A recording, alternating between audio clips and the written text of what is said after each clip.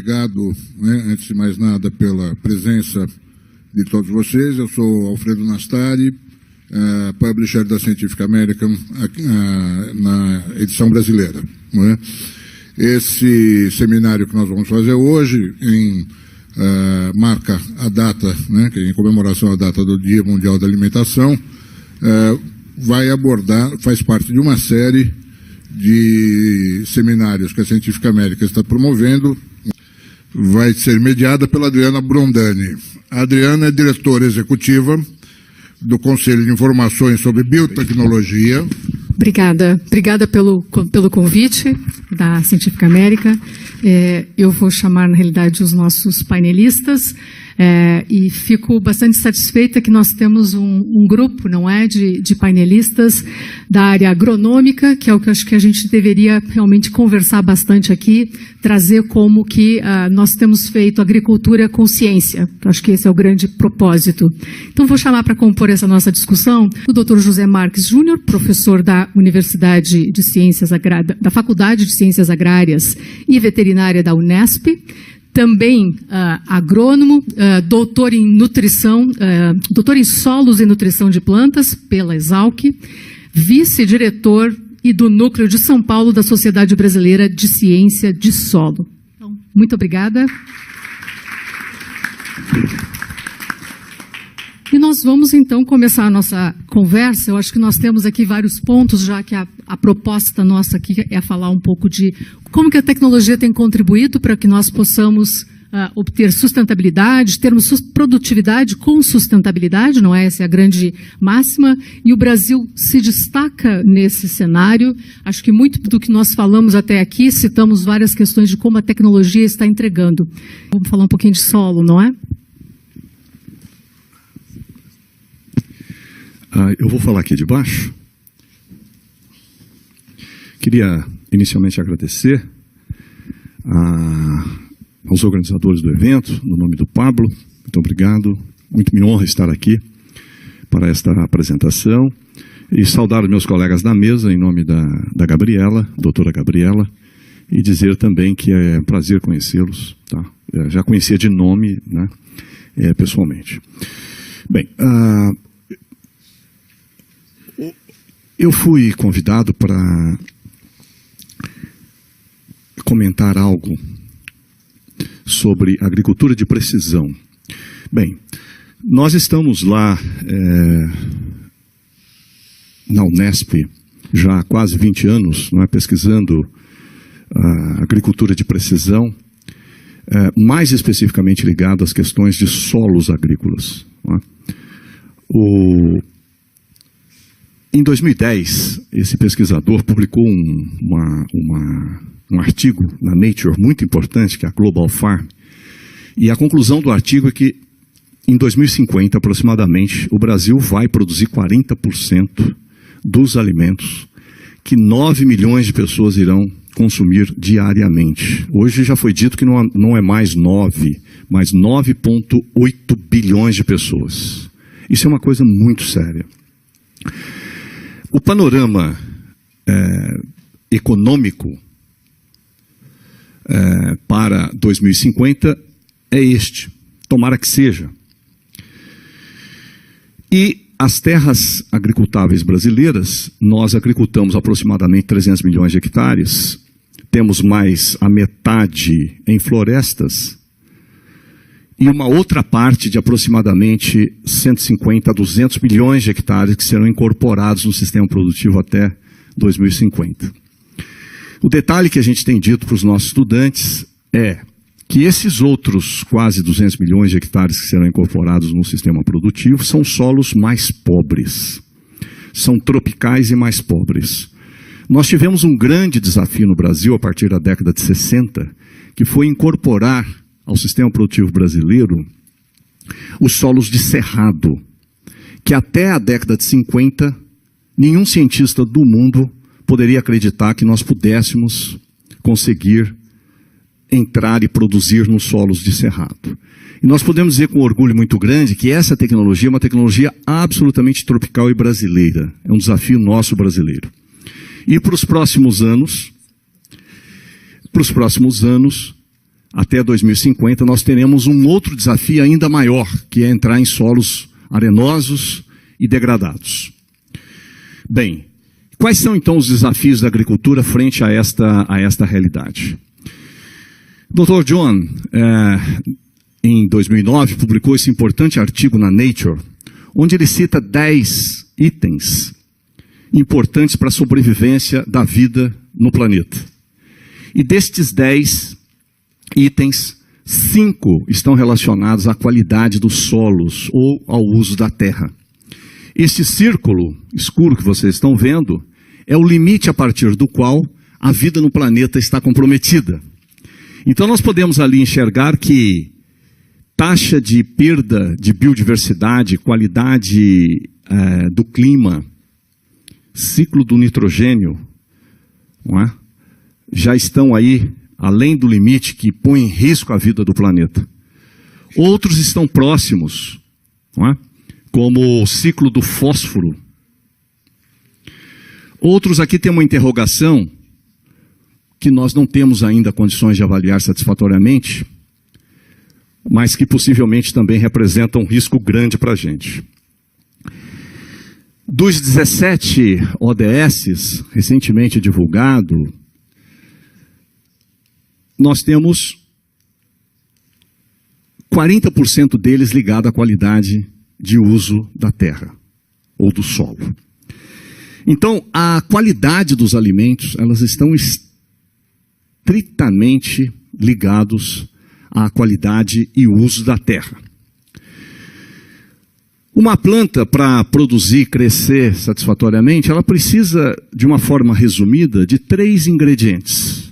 Ela precisa de água, ela precisa de luz e de nutrientes. Estes 3 fatores são importantíssimos para o desenvolvimento da planta. Água e nutrientes, ela absorve dos solos. Então, a qualidade dos solos em oferecer nutrientes e água é extremamente importante. E os solos são variáveis. Nós temos vários solos com capacidade maior ou com capacidade menor de fornecer íons e água para a planta e de condicioná-la a absorver o máximo de radiação solar. Então aqui nós estamos vendo o que nós chamamos de um mapa de solos ou de um inventário de solos, onde ali está resumido o potencial de aproveitamento de água, nutrientes e luz pelos solos, numa escala de 1 para 250 mil, que é uma escala muito pouco precisa, não é? E os agricultores que se utilizam deste inventário, eles vão estar muito satisfeitos, porque vão estar fazendo operações de acordo com as cores. Mas se nós pegarmos aqui um pedaço daquilo que consideramos homogêneo e fizermos um detalhamento, numa escala de 1 para 50, está bem mais detalhado, eu coletei um número muito maior de amostras, certamente eu tenho um resultado mais satisfatório do que aquele anterior, não é? E, se nós pegarmos um outro pedaço, 1 para 15 mil, o solo ainda está mais detalhado. Mas qual é o limite desse detalhamento? Ora, o limite desse detalhamento a gente tem que perguntar para as plantas, por potencial produtivo delas, para aquilo que elas têm de potencial genético. Para a cana-de-açúcar, por exemplo, é conhecido que apenas 30% da produção de açúcar e álcool tem como responsabilidade o potencial genético. Outros 70% são dos fatores ambientais. Ora, se a planta absorve nutriente e água do solo, então é de se esperar que o agricultor que conhece o solo nesse detalhe está aproveitando mais o potencial genético do que este produtor aqui. Mas qual é o limite? Ora, o limite é aquilo que nós conseguirmos conhecer dos solos em nível detalhado. Então, são atributos do solo a disponibilidade de nutrientes, infiltração de água, compactação, qualidade física. E todos esses atributos são coordenados por um outro, que são as argilas do solo, que são as menores partículas, que têm carga elétrica, que está disperso na água, que tem uma superfície específica muito grande e que torna possível todos os processos a nível de superfície que ocorre no solo. Então essas argilas são muito importantes. O que seria ideal? Seria o ideal nós conhecermos o solo nesse nível de detalhe, de um atributo que é um dos mais importantes para o aproveitamento de água e nutrientes dos solos. E esses minerais, eles ocorrem em escala nanométrica, né? Então, por exemplo, uma formiga cortadeira, que tem 1 centímetro, né? Levar vocês aqui um pouquinho para o campo, né? E um mineral de argila, que tem um tamanho de 90 nanômetros, é uma partícula nanométrica.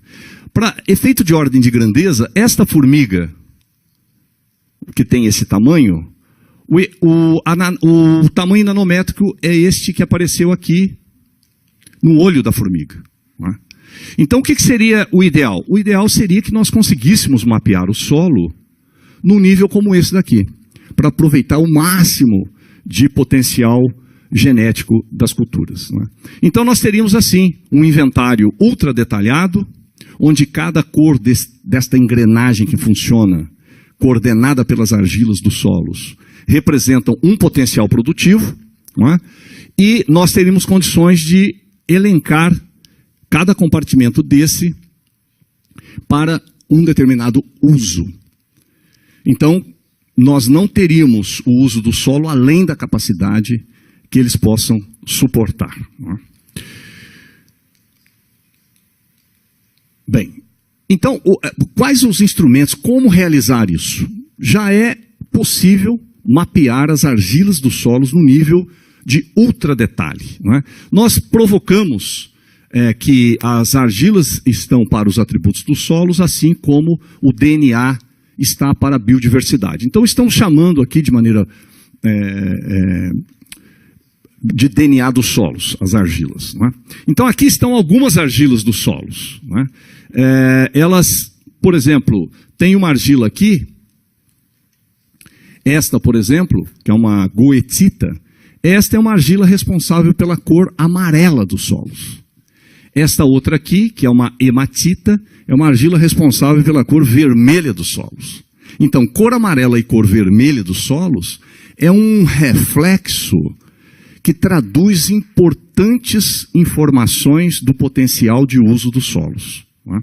Tem uma outra aqui chamada magnetita e magmita, que tem expressão magnética. E estas aqui nós podemos dizer que são DNA tropical, são argilas tropicais, que nós encontramos muito pouco em solos temperados. E foi depois que nós descobrimos essas argilas, estudamos essas argilas, e associamos as respostas das culturas aos solos, com base no conhecimento dessas argilas, foi que nós conseguimos entrar nos solos de cerrado, não é? A partir da década de 70. Muito bem. E nós temos hoje sensores que conseguem captar a expressão de cor e de suscetibilidade magnética, como esse daqui, por exemplo, que nós podemos levar para o campo, ou deixar no laboratório, ou nós podemos embarcar num drone, não é? E fazer mapeamentos de ultra detalhe das argilas do solo. A outra ferramenta que nós temos utilizado é a espectroscopia de reflectância difusa, que tem de bancada, também tem no campo, podemos embarcar em drones, não é? Que torna possível nós mapearmos solos e fazermos a gestão. A amostragem dos solos, a partir de softwares e de domínio da geoestatística, nós podemos saber quantas amostras são representativas por hectare, não é? Carbono e nitrogênio são dois elementos importantíssimos para a vida do planeta, não é? Então, e são caros para serem feitos no laboratório. Este carbono e nitrogênio, ele usualmente feito através de laboratório, não é? Determinado no laboratório com análises químicas, reagentes normalmente muito poluentes, principalmente os residuais. E aqui nós podemos ver que no laboratório, o observado aqui, carbono e nitrogênio, o mapa, isso aqui é uma área de 700 hectares. E aqui o carbono e o nitrogênio elaborado por suscetibilidade magnética, por sensor. E esses outros dois, na área do visível e do NIR, por espectroscopia de reflectância difusa. Então vocês observam a similaridade entre os mapas. Aqui um mapa muito caro e poluente, aqui mapas muito baratos e fáceis, relativamente fáceis de serem feitos e com uma similaridade bastante grande. A questão dos herbicidas, que foi...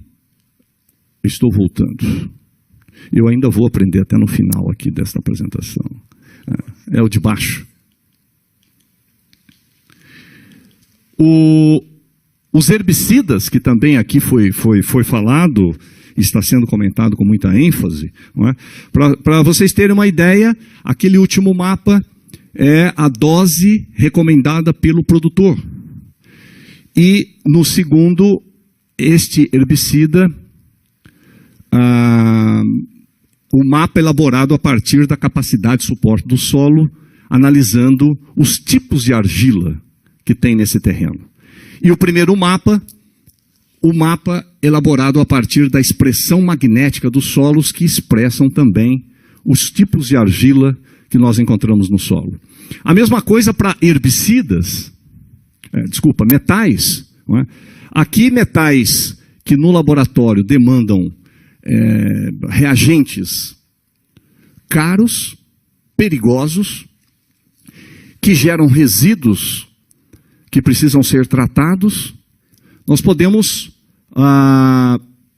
conseguir elaborar um mapa por suscetibilidade magnética e por espectroscopia de reflectância difusa, com uma similaridade bastante grande. Não é? A mesma coisa para a erosão, que é um problema muito sério nos solos agrícolas, e que nós teremos que pensar como conter esses solos, uma vez que os 200 milhões de hectares que nós teremos que cultivar até 2050 são solos extremamente suscetíveis à erosão. Este é um grande problema que nós estamos deparando e que nós temos que aceitar o desafio. Não é? Então, numa área de 700 hectares, a gente vê a variabilidade do potencial erosivo dos solos e o mapa de magnetismo que expressa o potencial das argilas, mostrando que essas argilas interferem grandemente nesse potencial erosivo. Não é?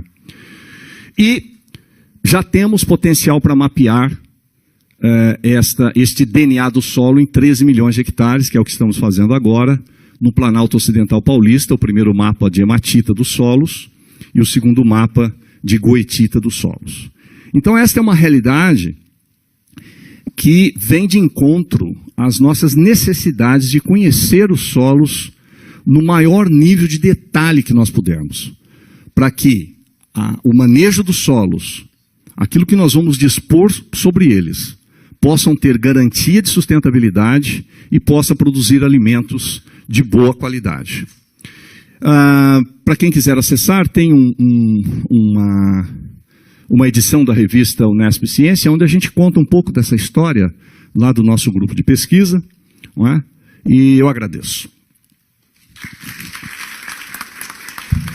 Acho que fica aqui mais uma mensagem, não é? A questão de o quanto nós negarmos o potencial de uma tecnologia pode ser devastador. Se nós não conseguimos acessar uma tecnologia, nós podemos fechar portas. Então, com certeza, a agricultura digital tem muito a contribuir nesse tipo de avaliação, nessa contribuição de vamos plantar com muita sustentabilidade, vamos utilizar o máximo de recursos possíveis para isso, não é? Então, contribuindo para atender essas... A importância de se conhecer o solo detalhadamente, isso vem aumentando e é altamente representativo para o momento que nós estamos atravessando, né? Os Estados Unidos, desde o final do século passado, conhecem os seus solos na escala de 1 para 17 mil.